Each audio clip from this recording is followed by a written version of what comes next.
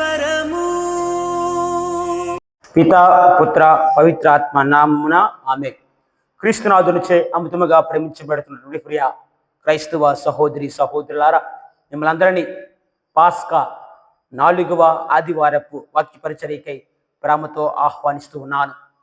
ఈనాటి గ్రంథ పట్టణాలు మంచి కాపరి, మందకు మాతృకగా ఉండే కాపర గురించి మాట్లాడుతూ ఉన్నాయి.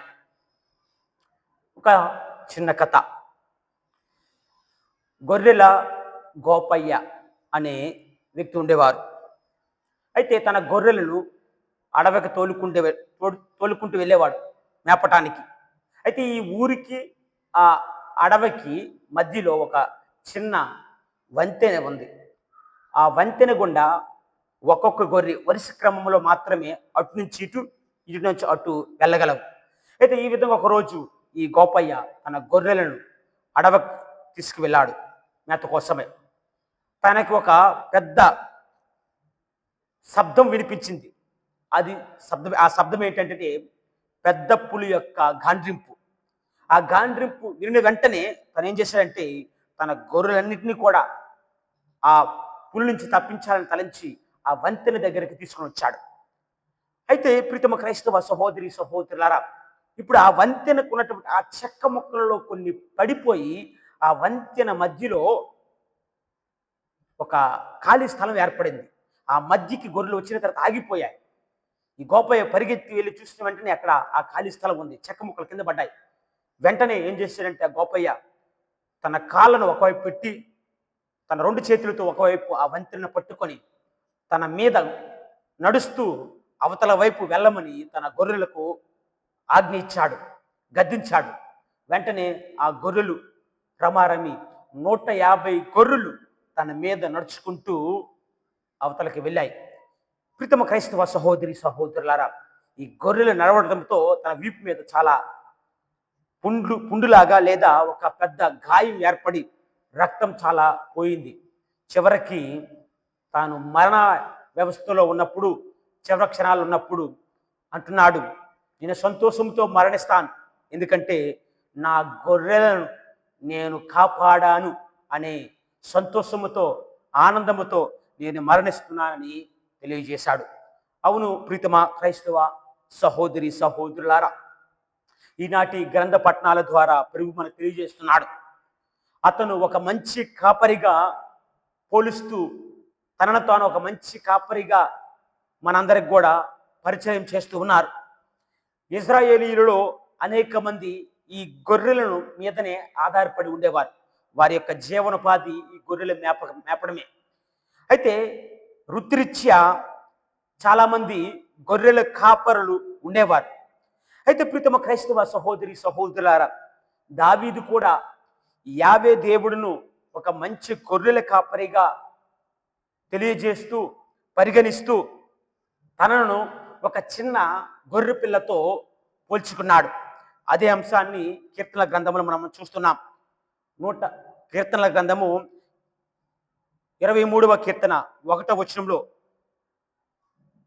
దేవుడంట నా కాపరి, నాకే కొదవియు లేదు, యావే నా కాపరి, నాకింకా ఏ కొదవియు లేదు అని మనకి దావీదు తెలియజేస్తూ ఉన్నాడు.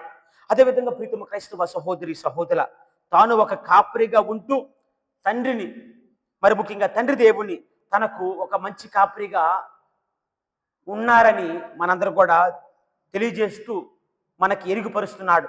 అదే విధముగా తండ్రి దేవునితో ఆయన పొందినటువంటి అనుభూతిని, తన కాపుదలను తన ప్రార్థనా రూపములో కీర్తనల గ్రంథంలో మనకి ఎరుగుపరుస్తున్నాడు. మరి అదే విధముగా సమూయేలు గ్రంథంలో చూస్తున్నాం. 1 సమూయేలు గ్రంథం 17వ అధ్యాయంలో అక్కడ ఫిలిస్తీయులకు ఇజ్రాయేలు ప్రజలకు యుద్ధం జరుగుతుంది. అయితే ప్రీతమ క్రైస్తవ సహోదరి సహోదరులారా, ఫిలిస్తీన్లో గొలియాతు ఉన్నాడు. చాలా భయంకరమైనటువంటి వ్యక్తి, క్రూరుడు, చంపేస్తున్నాడు, ఆయన సవాల్ చేస్తున్నాడు. ఈ విధంగా యుద్ధములో నన్ను ఓడిస్తే మా సైన్యం అంతా కూడా మీకు దాసోహంగా ఉంటారు, లేదా మీరు ఓడిపోతే మీరందరూ కూడా మాకు దాసులుగా బానిసలుగా పనిచేయాలని వారి మీద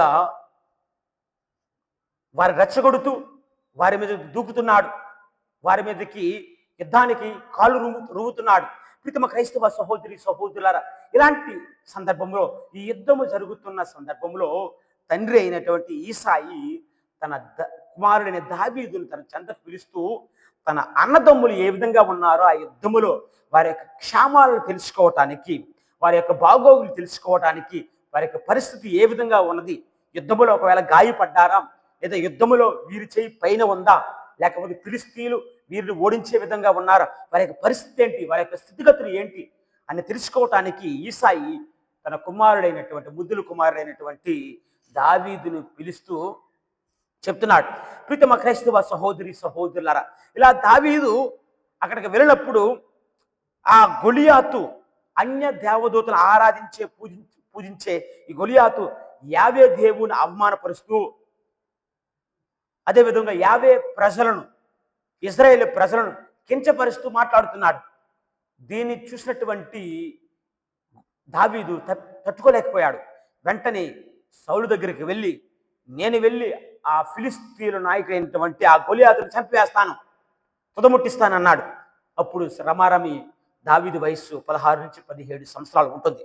అప్పుడు సౌలు అంటున్నాడు, నువ్వు చిన్నవాడివి కదా, ఏ విధముగా ఆయనను ఓడించగలవు, ఏ విధముగా ఆయన మీద నువ్వు గెలవలవు అని ప్రశ్నించినప్పుడు దావీదు ఇచ్చినటువంటి సమాధానం అండి, మంచి సమాధానం ఇచ్చాడు.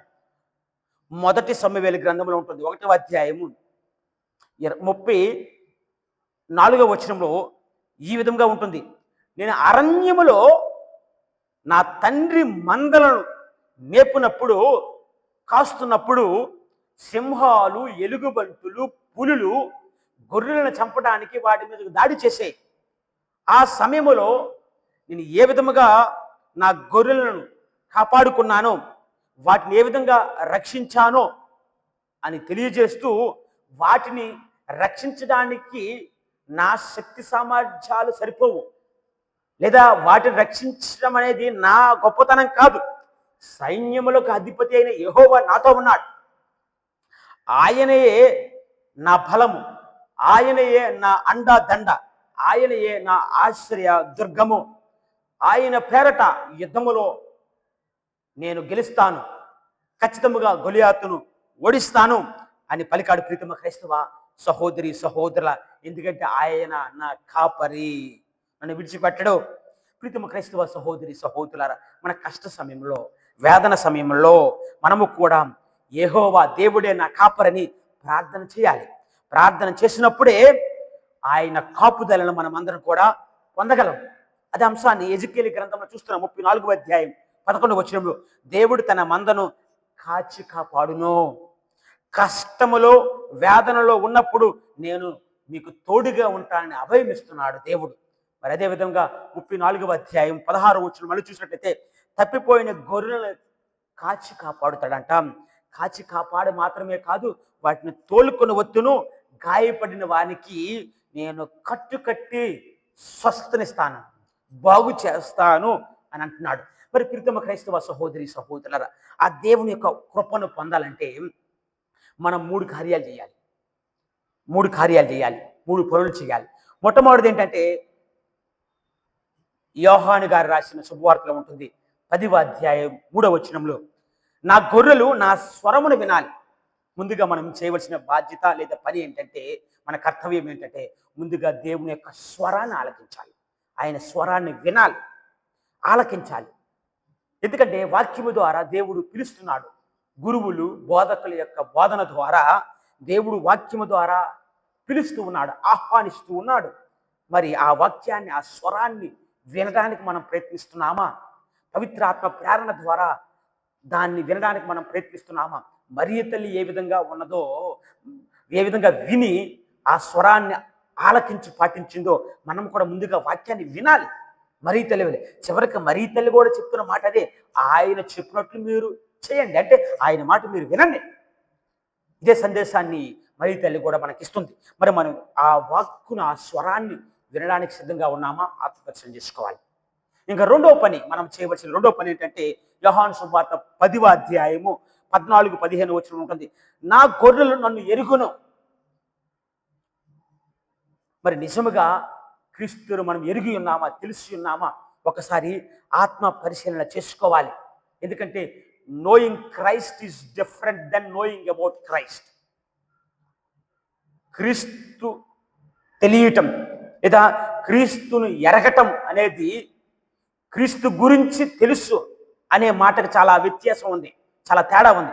కాబట్టి ప్రీతమ క్రైస్తవ సహోదరి సహోదరులారా, క్రీస్తుని ఎరిగిన వారు, నిజముగా ఎరిగిన వారు క్రీస్తు వలె ఆలోచిస్తారు, క్రీస్తు వలె స్పందిస్తారు, క్రీస్తు వలె నీ యొక్క పనులు, చేష్టలు, కార్యాలు ఉంటాయి.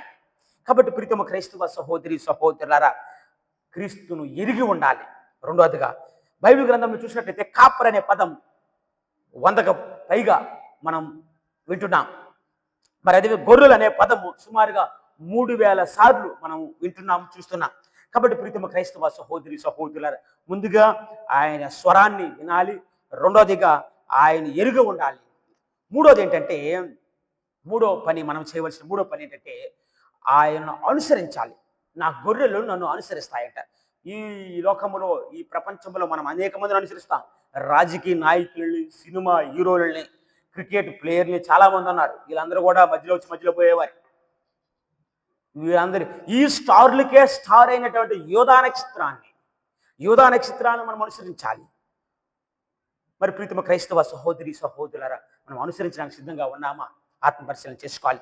ఈ మూడింటిని నువ్వు కలిగి ఉన్నప్పుడు మంచి కాపరైనటువంటి క్రీస్తు ప్రభువు నీ జీవితంలో ఏం చేస్తాడంటే 4 అద్భుతమైన ఆశీర్వాదాలను ప్రసాదిస్తాడంట. ఈ 3 కార్యాలను చేస్తే, నీ యొక్క జీవితంలో నెరవేరిస్తే, క్రీస్తు ప్రభువు 4 అద్భుత ఆశీర్వాదాలను నీకు ప్రసాదిస్తాడు. అందులో మొట్టమొదటిది ఏంటంటే, ఆశీర్వాదములో మొట్టమొదటిది, ఆయనకు అంటే ఎవరైతే ఈ 3 కార్యాలు చేస్తారో వాళ్ళకి దేవుడు తోడిగా ఉండి వారిని ఎరిగి ఉంటాడంట. నీ సమస్తమును ఎరిగి ఉంటాడు, నీ కష్టములను, బాధలను ఎరిగి ఉంటాడు, నీకు తోడుగా ఉంటాడంట. ఇంకా రెండోది ఏంటంటే, యోహాను సువార్తలో చూస్తున్నాం 10వ అధ్యాయం 28వ వచనంలో, నీకు నిత్య జీవితాన్ని ప్రసాదిస్తాడు, ఇటర్నల్ లైఫ్ నీకు ప్రసాదిస్తాడు. ఇంకా మూడోది చూస్తే యోహాను సువార్త 10వ అధ్యాయం 28వ వచనంలో, ఆయనను విశ్వసించేవారు ఇక నాశనము చెందరు, దే విల్ నాట్ పెరిష్, నాశనము చెందరంట. ఇంకా 4వదిగా యోహాను సువార్త 10వ అధ్యాయం 29వ వచనం, ఇంకా మరణం ఉండదు, వారికి మరణం ఉండదు. ఆ గొర్రెలను ఎవడు కూడా దొంగిలింపలేడు, అపహరింపలేడు. అంటే సైతాను వారిపై ఎట్టి అధికారము కానీ ఆధిపత్యం ఉండదు. కాబట్టి ప్రీతమ క్రైస్తవ సహోదరి సహోదరులారా, 3 కార్యాలను మనం నిజంగా ఆయన స్వరాన్ని వినాలి, ఆయన ఎరగి ఉండాలి, అనుసరించాలి. ఈ 3 చేసినప్పుడే ఈ ఆశీర్వాదాలు పొందగలం. కాబట్టి ప్రీతమ క్రైస్తవ సహోదరి సహోదరులారా, ఈ ఆశీర్వాదములకై ఈ యొక్క దివ్య పూజ బలిలో మనమందరం కూడా మనసారా ప్రయత్నించుదాం.